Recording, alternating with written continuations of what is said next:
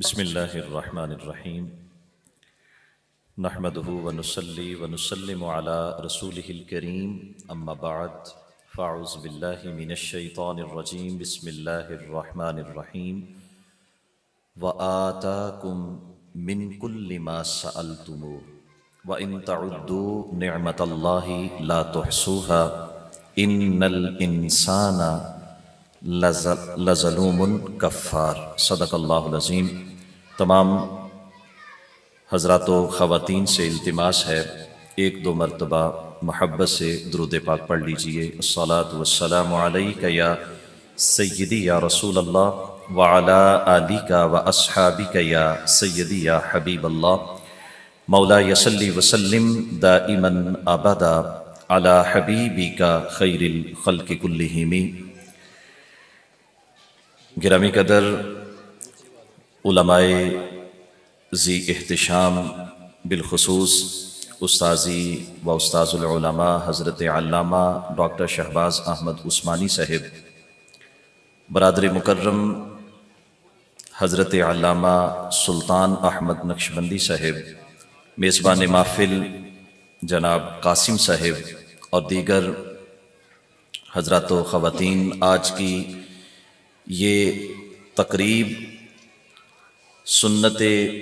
عقیقہ کے عنوان سے انعقاد پذیر ہے۔ ہمارے بھائی جناب قاسم صاحب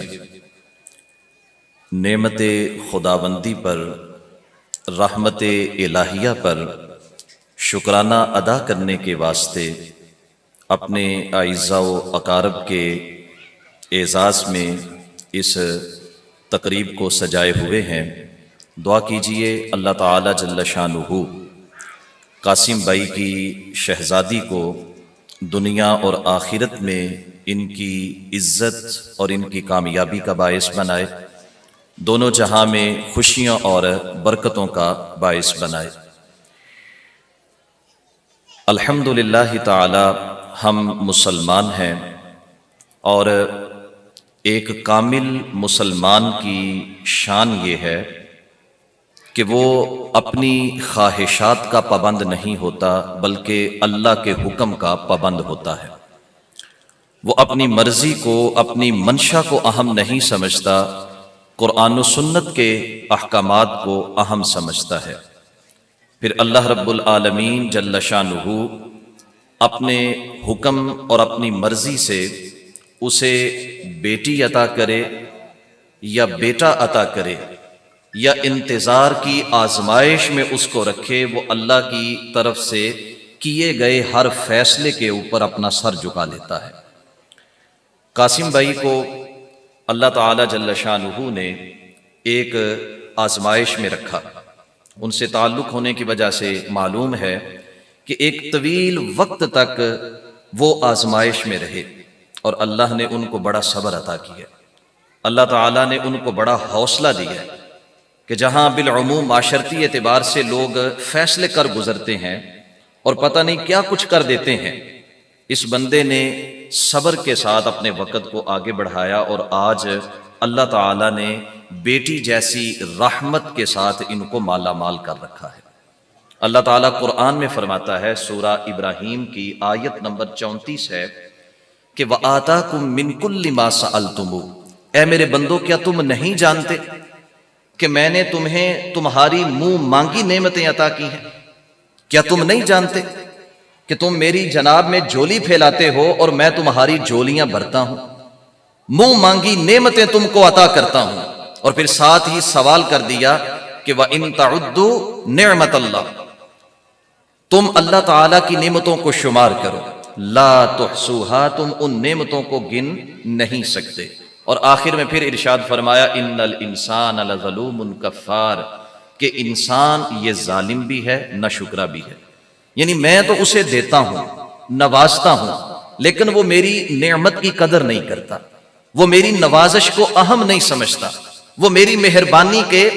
اپنے آپ کو لائق نہیں ٹھہراتا، اس کے باوجود میں اس کو پھر عطا کرتا ہوں، پھر عطا کرتا ہوں۔ اے انسان، تو اگر میری نعمتوں کو شمار کرنا چاہے تو ان کو شمار نہیں کر سکتا۔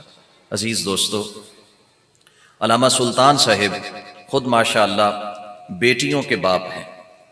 حضرت امام احمد بن حنبل رحمۃ اللہ علیہ، بہت بڑا نام ہے تاریخ اسلام، آپ کے خوبصورت جملوں سے بری ہوئی ہے۔ آپ کے ایک شاگرد ہیں غالباً جن کا نام ادریس بیان کیا جاتا ہے، وہ کہتے ہیں کہ اللہ نے مجھے بیٹی عطا کی اور میں یہ خوشی کی خبر لے کر اپنے استاذ گرامی کے پاس گیا۔ جب میں نے ان کو یہ خبر سنائی کہ اللہ نے مجھے اپنی رحمت سے نوازا ہے، تو کہتے ہیں انہوں نے ایک ایسا جملہ بولا، وہ جملہ جب بھی میں اپنی بیٹی کو دیکھتا ہوں مجھے یاد آ جاتا ہے، اور وہ جملہ جب یاد آتا ہے تو اسلام کے ساتھ میرے تعلق کو اور مضبوط کر دیتا ہے۔ وہ جملہ کیا ہے؟ فرماتے ہیں مجھے مبارک دیتے ہوئے کہا کہ تمہیں مبارک ہو کہ رب ذوالجلال نے تمہیں اپنے محبوب کی نسبت سے بیٹی کا باپ بنا دیا ہے۔ کہا کہ انبیاء بیٹیوں کے باپ تھے، انبیاء کو رب ذوالجلال نے بیٹیاں عطا کی۔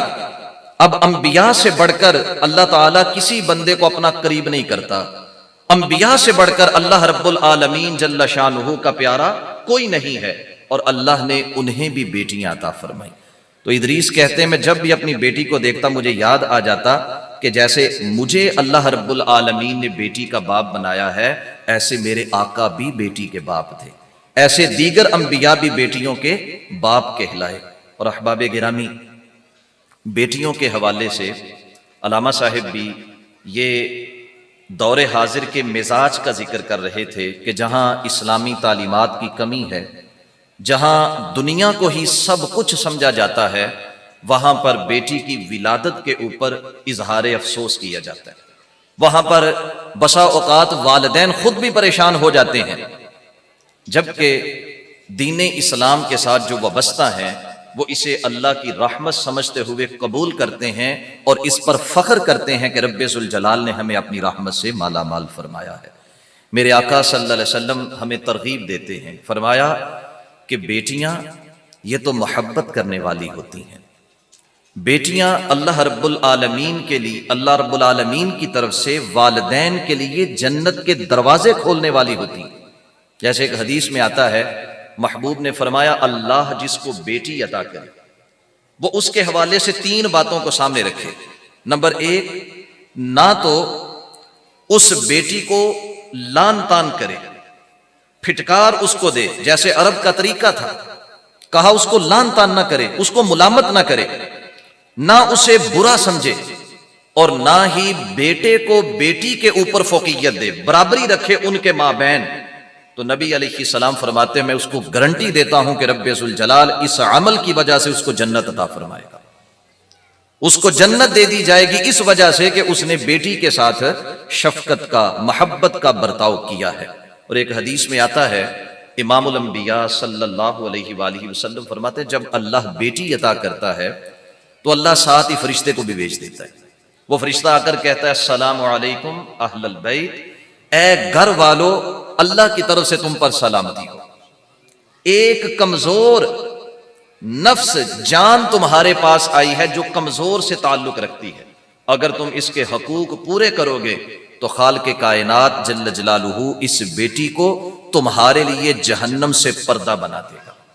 دوستان مکرم، میں اور آپ قاسم بھائی کو جانتے ہیں، ماشاءاللہ جتنے وہ خوش ہیں اپنی بیٹی کی ولادت پر، جتنے وہ ماشاءاللہ مطمئن ہیں اللہ کی اس رحمت کے ملنے پر، یقیناً وہ اپنی بیٹی کی پرورش میں کوئی کسر نہیں چھوڑیں گے، اپنی بیٹی کی دنیاوی ضروریات میں وہ کوئی کسر نہیں چھوڑیں گے۔ میں یہاں ان سے یہ التماس کرنا چاہتا ہوں کہ ماشاءاللہ ان کا مذہبی ماحول ہے، علامہ سلطان صاحب جیسے مشیر بھائی اور دوست کی صورت میں ایک عالم دین ہر وقت آپ کے ساتھ رہتے ہیں، آپ اسلامی تعلیمات کے مطابق جب اپنی بیٹی کو پروان چڑھائیں گے تو یہ بیٹی انشاءاللہ رہتی دنیا تک آپ کے نام کی عظمت کا باعث بنے گی۔ حضرت سیدنا مولا علی رضی اللہ تعالی عنہ کی جب شادی ہوئی سیدہ فاطمۃ الزہرا کے ساتھ، تو چند مہینے گزرنے کے بعد میرے آقا نے حضرت علی سے پوچھا، اے علی بتاؤ میری بیٹی کو آپ نے کیسا پایا ہے؟ میری شہزادی ہیں فاطمۃ الزہرا سلام اللہ علیہا، اب وہ آپ کے گھر کی رونق ہیں، آپ کی اہلیہ محترمہ ہیں، تو مجھے بتائیے آپ نے میری بیٹی کو کیسا پایا؟ یہاں پر خواتین بھی موجود ہیں، مرد بھی موجود ہیں، یہاں پر زوجین یعنی میاں اور بیوی اکٹھے بھی موجود ہوں گے۔ حضرت علی کا جواب سنیے